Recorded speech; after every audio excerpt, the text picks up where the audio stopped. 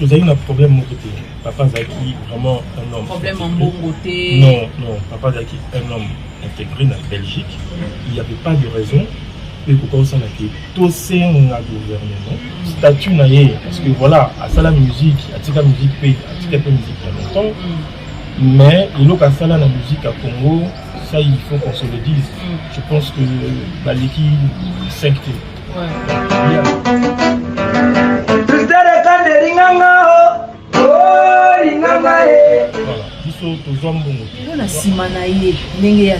Est-ce que vous bénéficiez de la Malheureusement, non.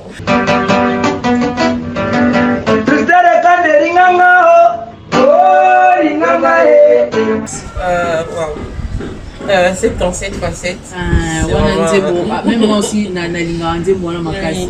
a aussi Égide. Je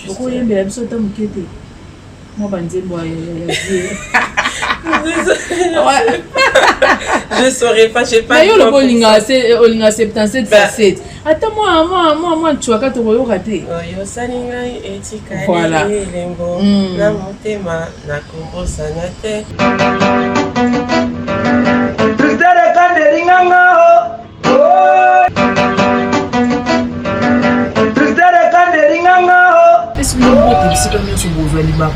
Il y a la émission Gunda au Maman Christelle.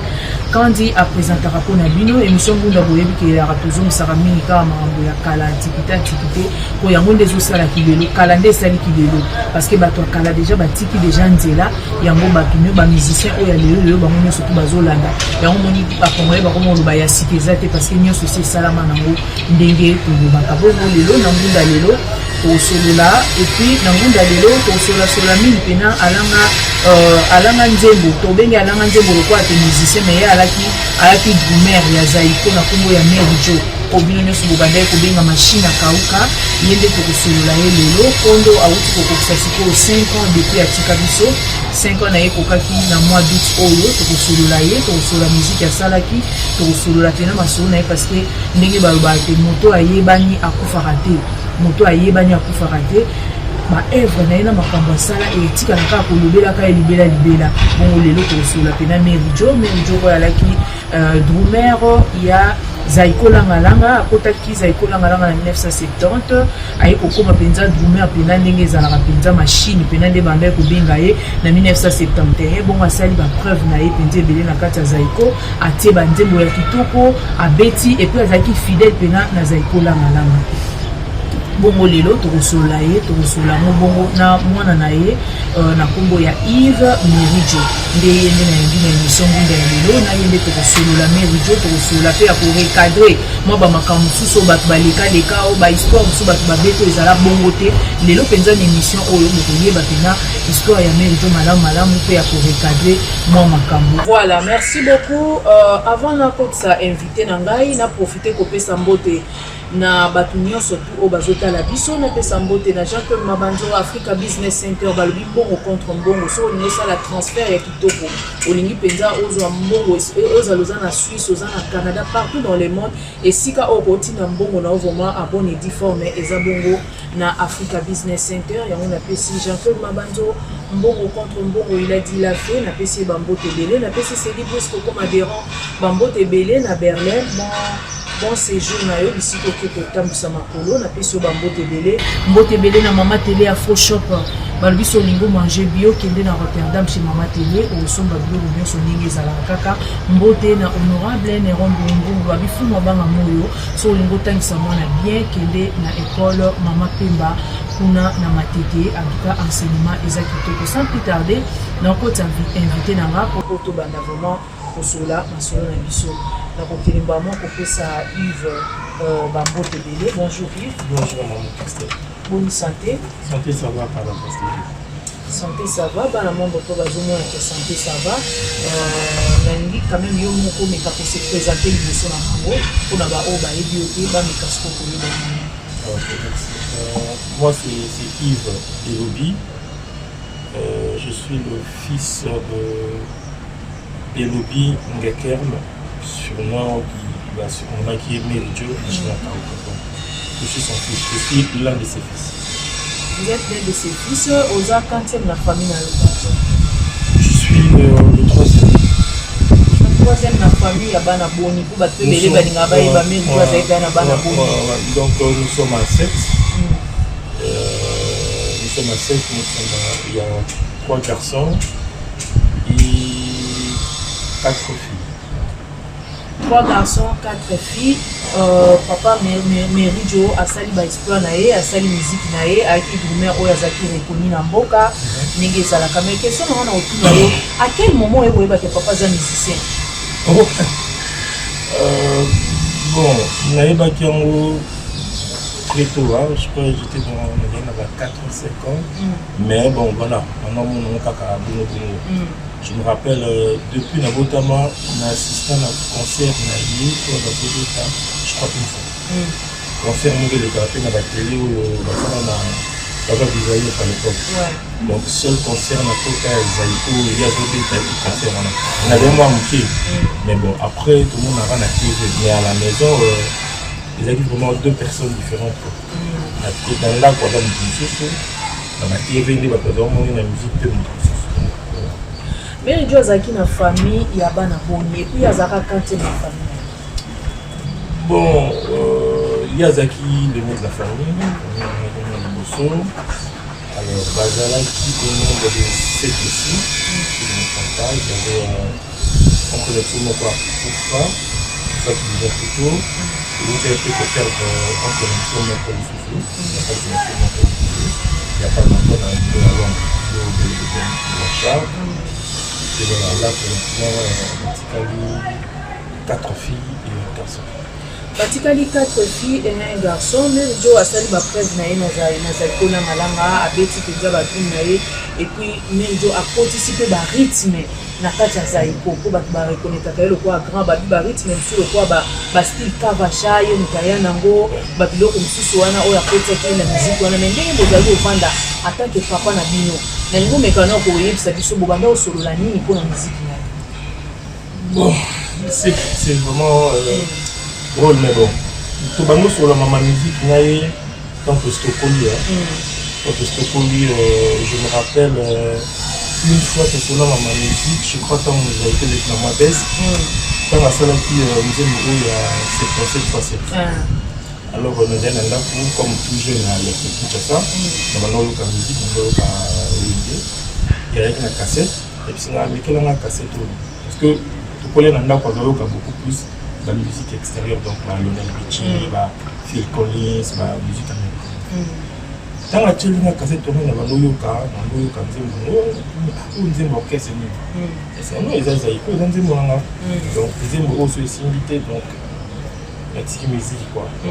C'est vraiment en ce moment-là tout comme au cours l'année, tout la musique et même histoire on a créé qui rythme, on a eu au je crois que j'étais déjà dans les trentaines.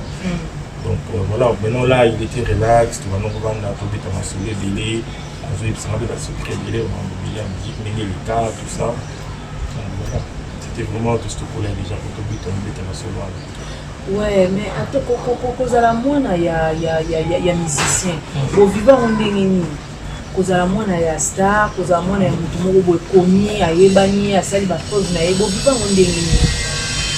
Bon, ce qui est bien dans Papa Nabiso, tout ça, pour la Laurent Ban la musicien. Donc, c'est là, pour la comme Ban, surtout, Papa Nabiso, pour la vraiment, à ça, en sorte que pour on est à la survie sauter. On a une classe normale, on a ça la fait fort, on a un petit sauter pour la dérangement, ce cas où on a un petit et puis, on a l'école tout le temps là. C'est-à-dire vraiment pour target bisoki que moi n'a pas non. Vous avez bon à l'époque aussi le logo a mentalité changé mais à l'époque vous avez comme banane surtout la quartier tu vas nous vendre donc pour là vraiment comme banane.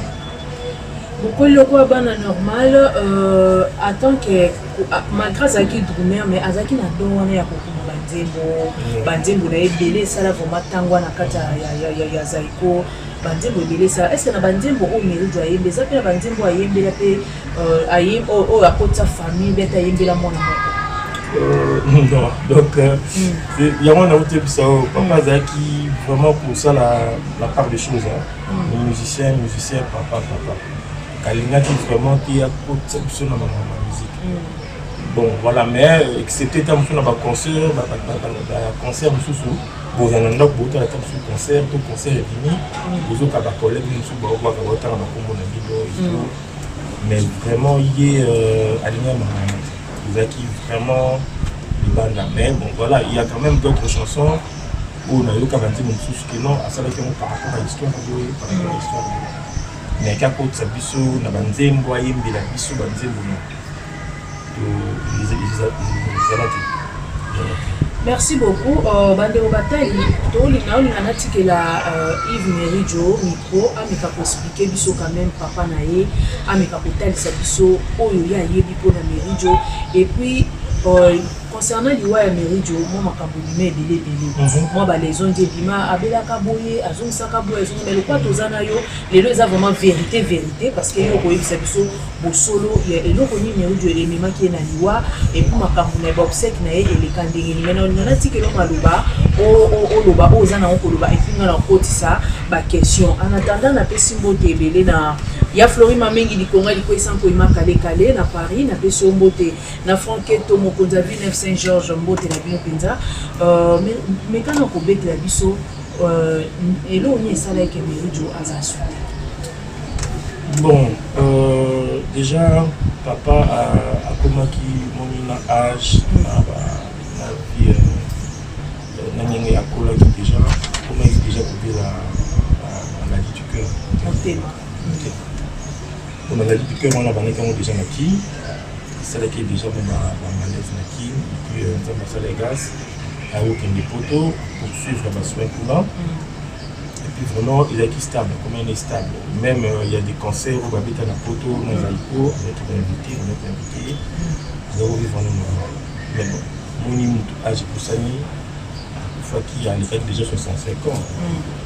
Donc la maladie mais comment il est stable. Ce qui fait que avant qui crise voilà, on est en crise parce que on était qui n'a droit. Il fallait passer l'opération.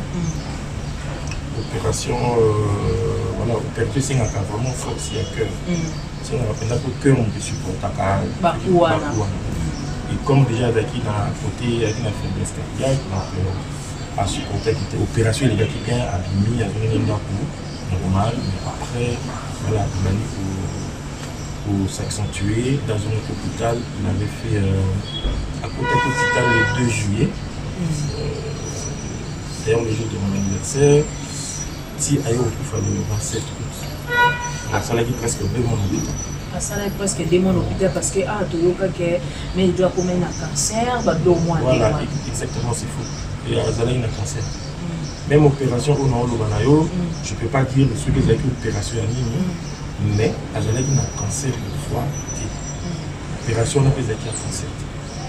Il y a une opération mais comme opération ici on a cœur fait dans la casse pour nous supporter. Il y a supporter qui était un âge et puis voilà mais cancer de foie parce que là on a un cancer. Par rapport à Makambo et l'Obama na Liwana, est-ce que ça n'est pas pour rebondir à partir de ouais, donc et là au cas n'a beaucoup pour l'Obama pour mon biso ba congolais pour l'Amine pour l'Obama. Même bateau bazana pouvoir il y a plusieurs informations dans source. Il y a quoi pour mon biso sur là pour mon biso. Pour avoir des informations de la donc papa a un problème de mon côté Zala qui a un problème de mon côté au niveau de la Belgique à Liège parce que nous avons qui vont en Anvers vous allez en Anvers vous allez en Liège en passant on a pu saluer le pasteur on a pu sur page au beauté il y a l'église dès le réveil on a pu vraiment mis pendant 2 mois dans l'hôpital donc nous avons un problème de mon côté papa Zaki vraiment un homme problème en bon côté non papa Zaki un homme intégré dans la Belgique. Quand je dis un homme intégré, c'est-à-dire nous remenons surtout au parce qu'il a travaillé dans la ville de Liège. Donc avec nous ramenons surtout.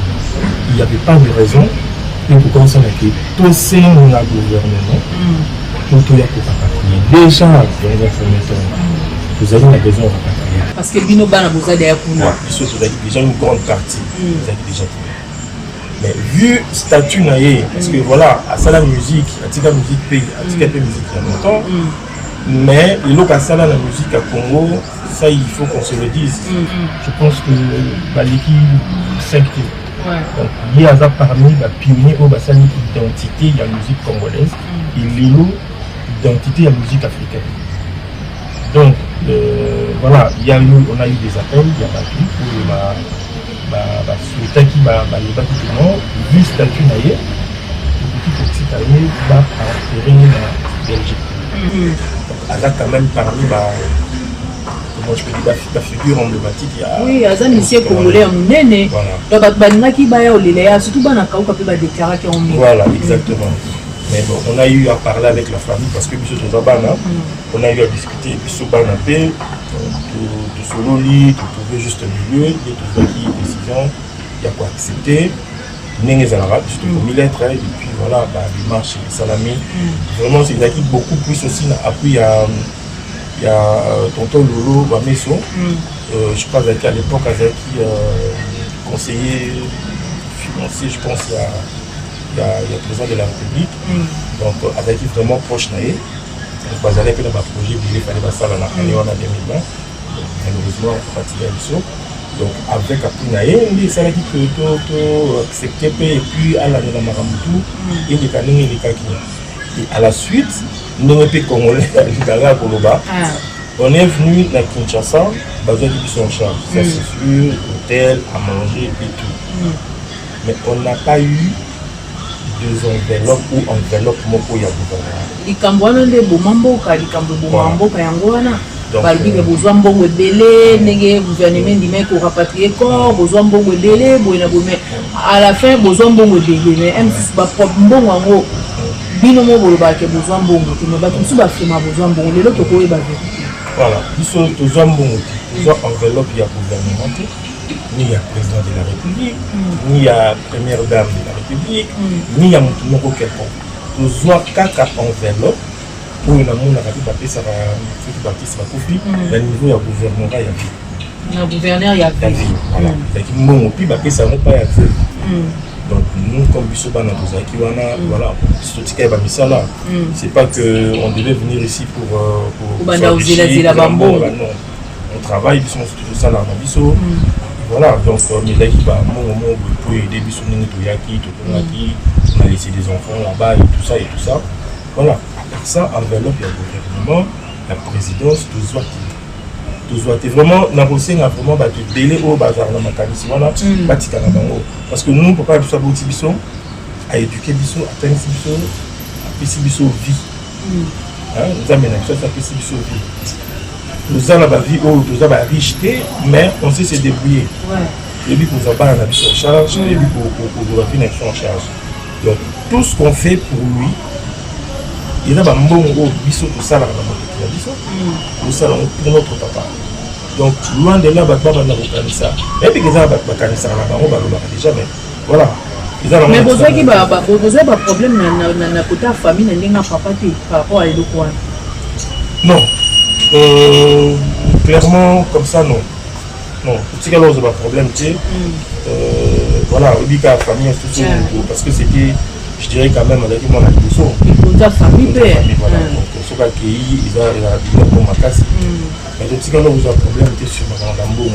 C'est ça qu'il y a un contact avec les bandes, des balobara. Mais au niveau famille, non. C'est ça qu'il y a un problème. Merci beaucoup. Mais question que nous avons est Zaiko Langalanga. Zaiko Langalanga, clan Zaiko Penta. Tant que Méridio a couvert Tikibiso. Apport, donc Zaiko est ça qui nous pour la Méridio. Bon, moni voilà que ça s'appelle au moment où il faut éclaircir. Moni dans le lobby le monsieur Toto Lolo avec qui on travaille il y a courage à Zaiko. Donc biso tout ça à la photo et dit vraiment même vraiment les cas on a encore la télé la YouTube tellement qu'à profit nous va s'organiser tout ça.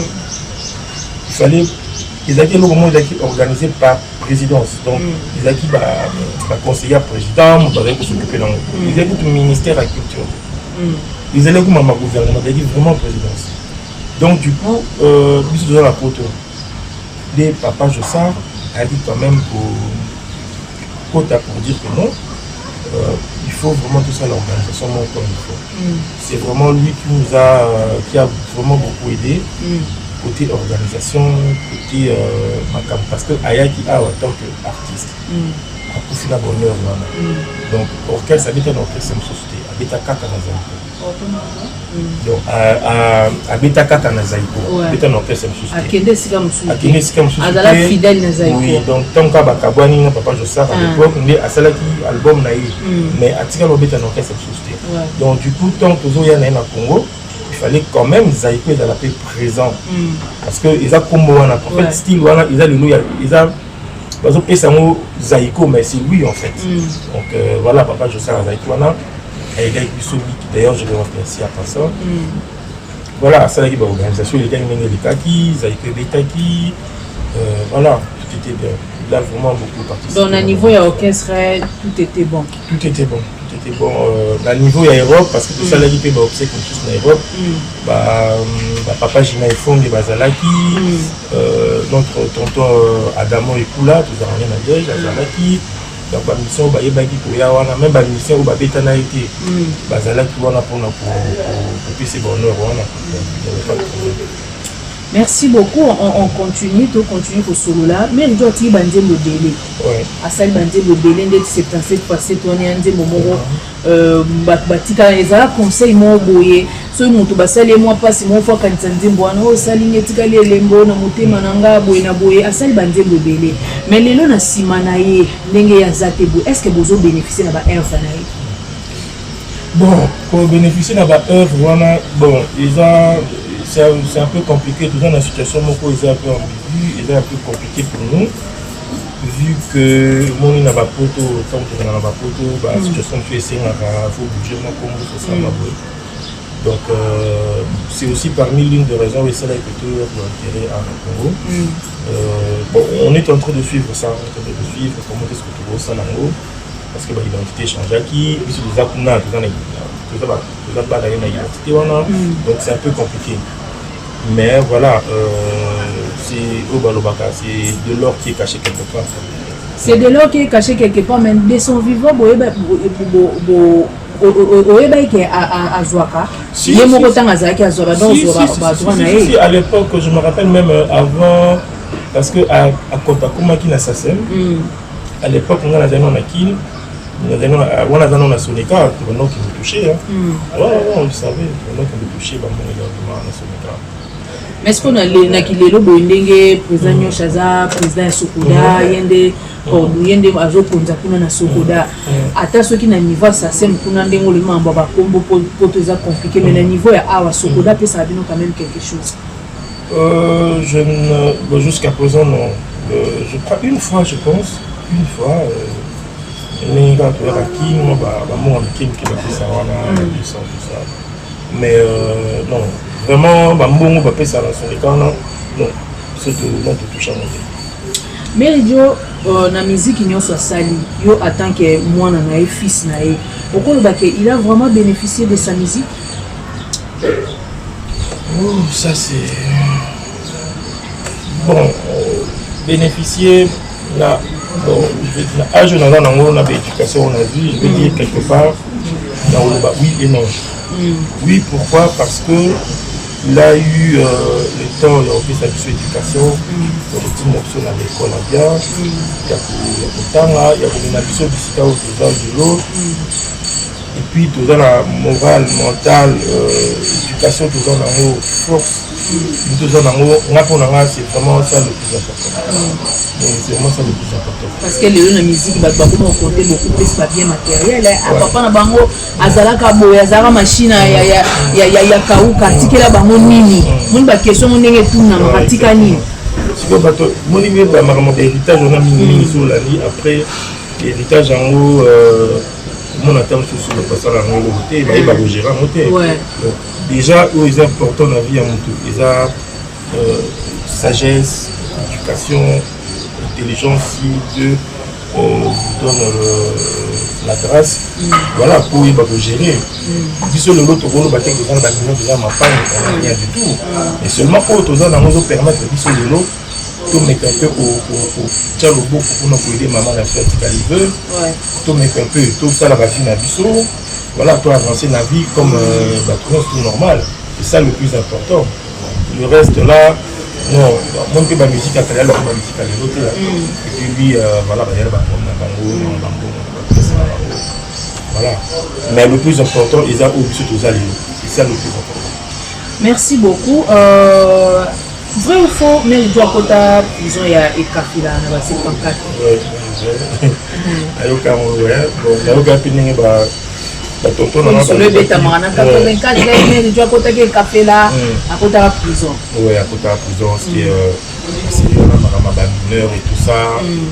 Alors que ceux qui savent ou quoi la famille et tout ça qui est café là c'est vraiment il a eu un moment difficile pour la famille et je crois que retourne et après il fallait un peu que le faire ça pour ça parce que c'était vraiment vraiment fils et bien mené donc ça l'a vraiment là au taki a merci beaucoup je crois que to solo linayo ce qui au le bailo moko lelo mais doit qui papa ya ndenge ni pona yo. Non, Azaki, vraiment, papa Moko, comme j'ai toujours dit, Azaki vraiment modèle. Parce qu'il a rencontré de difficultés dans la vie, comme au Toloba, qui n'a pas eu café là, à Bini, pendant le parcours, on a vu Zaïko, à Kabana, ils ont eu des difficultés. Azaki toujours, on a permis parce que nani Zaïko monsieur qui est famille la dé qui est au salama mais il tika la cara na venir là à l'époque on a dit moi on a il était toujours là dans un moment difficile tout à l'état d'en haut il dit toujours la tête haute il dit toujours donc il a vraiment exemple nous appelé ça du soleil qui va pas mourir qui très dur surtout pour ma classe vraiment très dur. L'équipe de l'éducation est vraiment un parent responsable dans la niveau tout. Voilà, merci beaucoup Bando Bandali Angunda Yangoto Solo là. Je crois que Yves Merijo a expliqué biso bien dengue Merijo Azalaki, Bamakamunyo surtout dengue Azalaki, mais nani ba sokoza ne yoko moko boye o yoka bat baloba ishoka yo ezala bongo te okoko rebondir ce qu'ils ont. Bon, je crois que parce que biso to yamba bato ba histoire muto aya ko ngazaki camarade nangai kutazalaka boye mais lelo epa na yo to ko ba vérité to eloko moko po yoka ki ezalaki ndenge wana te soko ko reka je crois que na ba émission c'est donc na talaki je crois que na sina bato na ba question mususu voilà mais moni ngala za mwana na yibi makambo mais voilà la vie n'a ça je ne saurais pas savoir mais à chaque fois que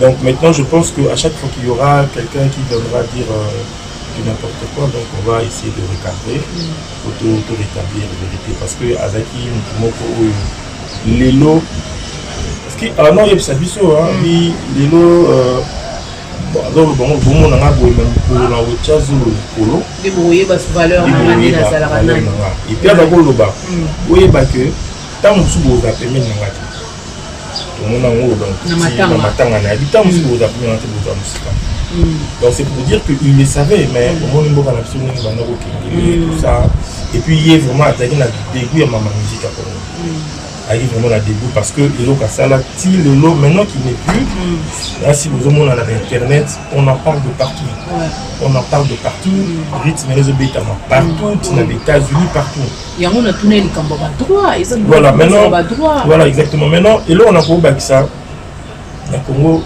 les droit d'auteur il y a ma composition c'est un peu compliqué mais quand même le gouvernement congolais présidence carrément ou le ministère de la Culture, je ne sais pas quoi. Il faut pas mettre quand même pour réfléchir là-dessus. Parce que ils ont, par exemple, on passe exemple les petits Bob Marley, ça la reggae, tout ça. De l'autre côté, place Nil Bob Marley, Azam, na Jamaïque. Place Nil Bachakaye. Tout le monde. Quand tu perdais papa, je crois qu'on a fait ça qui va suggestion à gouverneur à ville. Je crois que c'était M. Neron Bombou. Dans l'autre, il y a Chantini. Donc on a fait ça qui on a papa Jossard, on a dit non. On a venu là-bas, on a Kaouka, vu que rythme dans la machine à Kaouka. On peut changer comme on a venu. Ou alors, beaucoup ça là, moi statut, entrée à Kaouka. Donc quand même, Aza quand même, comme moi là, il y a Kaouka, on a Itambo partout. Tu vois. Mais si le voilà, pour relancer, il faut que la démarche est bélé. Ils ne sont pas vraiment accessibles facilement. Donc, mais voilà, mais il faut quand même nous on ne demande pas de l'argent, on ne demande pas quoi. Déjà, au Salama, ça c'est vrai, mais quand même, pour honorer quand même moi, l'identité au Congolais à vivre dans le niveau. Parce que culture, il y a des identités en beaucoup. On a de la musique, on a de la vite, Kava Chalelu, comment c'est bien. C'est comme il va couper décalé, il quitte le Nigeria et comme il va c'est vraiment il base dans les donc il faut quand même penser dans l'eau et sur la carte et comme action voilà pour que voilà on connaissait un peu aussi de bénéficier de ça un petit peu quoi tant qu'il va congolais aussi donc voilà. Merci beaucoup. Comme ton coup de sa sœur, je crois que tu comme de sa sœur, tu comme Anasuka, Nalina doit quand même mot de la fin pour ceux qui servent à y de clôturer l'émission. Mot de la fin pour l'émission, on a battu surtout dans la biso. Bateau ba qui méridio, bateau balinga qui est, bateau ba viva penaye, tant ba moni au moins, ba msuko ba yebi au moins na, tant ba au moins on le ba ah il va coliboyer, ça la bien ba souvenir pe bozonga. Mot de la fin ne cause à la mot de la fin, pour remercier Batounier surtout parce que tout ce ça l'émission marocaine. Pour remercier vraiment Batoutou, qui est à Liège, et puis on a Kinshasa, la famille, au Bazilaki, parce que tout Zélaki, je crois, parce que vraiment Kotoyaki, et ça là, il m'attend à c'est vraiment Zambia pour Bango. Et je remercie aussi le chef de l'État, Pachi, et Félix Tshisekedi. La Ningi Asalaï que nous à la Bongo. Et puis je remercie aussi Toto Lolo Ameso, là où il est, vraiment merci beaucoup, bien qu'à commis un peu inaccessible. Voilà, on a remercié. Et puis je remercie aussi parce que là ça fait 5 ans maintenant pour organiser quelque chose pour nous honorer Ninaye et donc on remercie Batunion surtout au Fadala qui est à Metz, tout ça la Metz à Saint-Joseph et tout après tout ça la moi c'est juste en famille. On a remercié ma famille, ma camarade, nous tout pour soutenir. Donc voilà que Dieu vous bénisse. Merci. Merci beaucoup. Merci Banangunda. C'est quoi ton la sœur de papa Yves? La fille de Méridio, la fille cadette de Méridio, voilà ce que je kaka comme ça tu chité la biso de l'émission. Merci beaucoup Nabalandi Angunda, les enfants de notre artiste Oyatika Biso, na kombo ya Méridio, ba machine à Kauka, mutakoti sa drume comme vitesse ndenge koma wana yende oyo to yambaki lelo. Tout aussi sana Yves, là je reçois maintenant la sœur cadette, moi na suka ya Méridio na yende to clôturer émission na biso ya ngunda ya lelo ya edifikisi mokonzi ya diaspora na Allemagne na pesi mbote Dimitri Mangaport de la Chapelle na pesi pe bambote belé sokozali batunyo soto bazo soutenir nga batunyo baninga nga bo liker bo partager bo aimer bo pesa biso vraiment pour na émission oyo na ko liker na ko partager na ko s'abonner et aussi kitoko makasi là je nakemba moko ko pesa la sœur cadette. La sœur cadette, bonjour. Bonjour. Comment vous allez? Ça va, merci. Et vous? Oui, moi aussi, ça va très bien. La sœur cadette, moi, je m'appelle Agathe.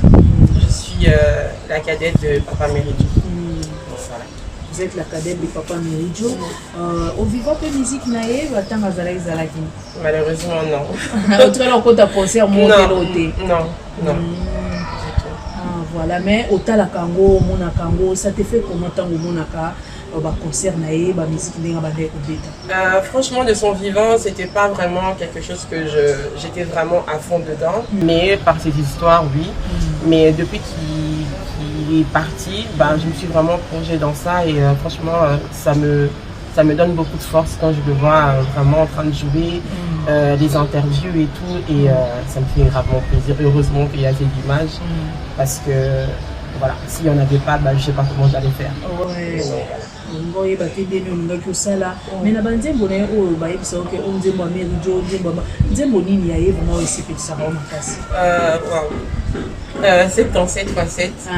Wana nzembo même moi aussi na linga nzembo wana makasi. Et il y a aussi Ejide.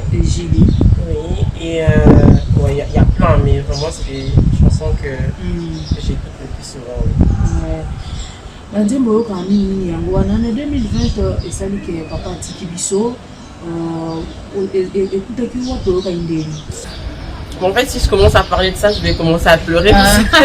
C'est toujours un peu frais dans ma tête. Ouais. Ok, j'étais à la maison avec mon frère. Mon frère, il était au travail, j'étais à la maison. Et après, quand il a fini le travail, il est venu me chercher. On est allé à l'hôpital comme on allait tous les jours. Et ce jour-là, j'étais pas partie hyper tôt. J'attendais mon frère. En allant à l'hôpital, on s'est perdu de chemin, comme par hasard. Alors que c'est vraiment un chemin qu'on allait tous les jours, mais ce jour-là, on s'était perdu. Et après, en arrivant, on nous a annoncé que papa n'était plus là. Alors c'était très très dur pour moi. Et c'est toujours dur jusqu'à maintenant. Voilà, c'est toujours dur jusqu'à maintenant. Mais si pour une émission Lelo, est-ce que vous avez un mot particulier pour nous partager la mission? Une émission à Lelo, j'ai beaucoup de choses à partager, mais si je commence à dire maintenant, je ne vais pas m'arrêter. Non, vous pouvez dire l'essentiel. Oui, bien sûr, je dirais vraiment l'essentiel. C'est par rapport déjà, il y a Moussala Papa avec Osala. Je voulais vraiment faire passer le message, vraiment, à la ministre de la Culture et Art, et à des autorités en tout cas de ce pays, de faire quelque chose. Parce que nous en Europe, moi j'ai étudié en Europe, et je ne faisais pas des études en étant comme un musicien ou pas, mais j'ai appris la culture, il y a musique, il y a des Beethoven et tout, c'est des gens qui n'existent plus maintenant, aujourd'hui. Mais papa, il a fait quelque chose que tout le monde en parle. Et il faut faire quelque chose pour valoriser ce truc. Même si vous n'allez pas parler de lui, forcément, mais de ce qu'il a fait, c'est très, très, très important pour l'amour qu'on a vu sur la culture, l'amour qu'on a vu sur notre pays. Moi, quand on me demande, Naza, mon ami, qui dit, tu fais quoi ici? La photo, non, c'est un. Oh, oui, parce qu'ils se disent, je suis l'enfant de Naza, moi, je suis Pamba en fait. Parce que la photo, ils ont vraiment quelque chose de waouh. Mais je suis allée en Europe pour faire mes études, pour travailler et tout, mais j'étais censée être ici dans mon pays, là où papa il a fait des choses pour que l'Isopédo continue de valoriser le nom de notre papa. Mais bon. Vous chantez? Non. Oui, malheureusement. Dans la famille de papa, non. Ah, peut-être que récupérer ça bien. J'ai un frère, Jason Beloli Lamulé, je fais des bisous. Lui, il est compositeur. Il était rap. Bon, il faisait du rap, mais ça n'a rien à voir avec. Ça n'a rien à voir avec les rumbas. Voilà, exactement. Et la rumba congolaise. Ouais, donc voilà. Ok.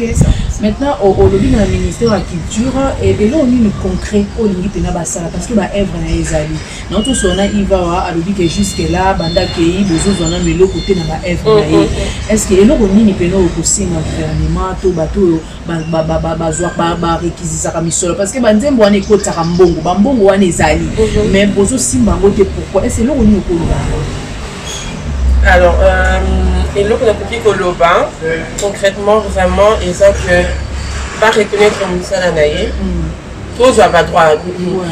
À Banaï Koloba, on a un peu kende, on a beaucoup de tika, on a beaucoup de sala. Parce que moi, j'ai pas que ça à faire. Là, si je n'attends pas, il y a un là. Donc, nous attendons à la tête, il y a un sala nécessaire. Donc, pour éviter ce que tu vas à côté nini, ce que tu peux faire passer le message à mon nini, parce que dans le bureau il faut que ça tout et tout, ce n'est pas facile malheureusement c'est notre pays, c'est comme ça. On a dit vraiment droit naïe et à la reconnu. S'il y a un travail qu'il a fait depuis son jeune âge, donc ce qu'a dit qu'il a été Bananae Bazali, il y a sa femme qui est là, Coco Nae Bazali, il a beaucoup plus, donc Azana Bakoko est belé. Donc il faut penser à ça. Et dans Tokinaye en fait. Pour bateau Bazali, après Bambon, on a c'est pas bien. C'est vraiment pas bien. Donc voilà. Merci beaucoup. Le message est passé. En tout cas, on est au bureau, il faut le ministère de la Culture, on a kokende, na Sokoda, on a kokende, le quoi papa nyoka longo. Parce qu'il faisait bien, mais Azam Konza Sokoda, bando sam salam kona ye, mutako ye, be sikani na koko orienté bino pogo kota kota, bozwa batwa na bino. En tout cas, on est obligatoire parce que nous tous à Sali, il faut aller les pensionner na minute tolo bel sur la pension parce que Merijo ne plus là mais ba œuvre na ye ezawana. Merci beaucoup, na évité ce que vous avez sur le message nous parce que tu ne toques pas. Non, j'ai vraiment pas de message en plus. Juste... Pourquoi il y a un peu de temps? Moi, je saurais pas, j'ai pas. D'ailleurs, le Bolinga 77 facette. Attends, moi, tu as qu'à te voir rater. Voilà.